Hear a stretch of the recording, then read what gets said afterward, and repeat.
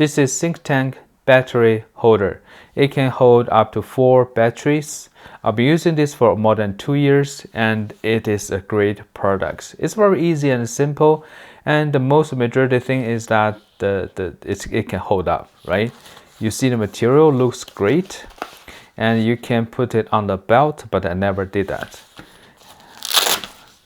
You see, when you open it up, it's very easy to use. You just push all the battery coming out and you just push that in, and you see all the stitches, they all holding up after 2 years use, and the vacuum is no problem at all. So the reason I bought this is that usually the battery is just like this. It's very hard to handle, right?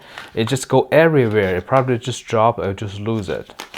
But you can just put them all in here and it just never lose and very well organized. And every time you put this one into your camera bag, you just peace of mind. This is a great little product, and it got 4 slots. I think it's very good for 2 cameras operation. Even you just got 1 camera and you're doing a long time shooting. All right, I hope this video is helpful. Thank you for watching.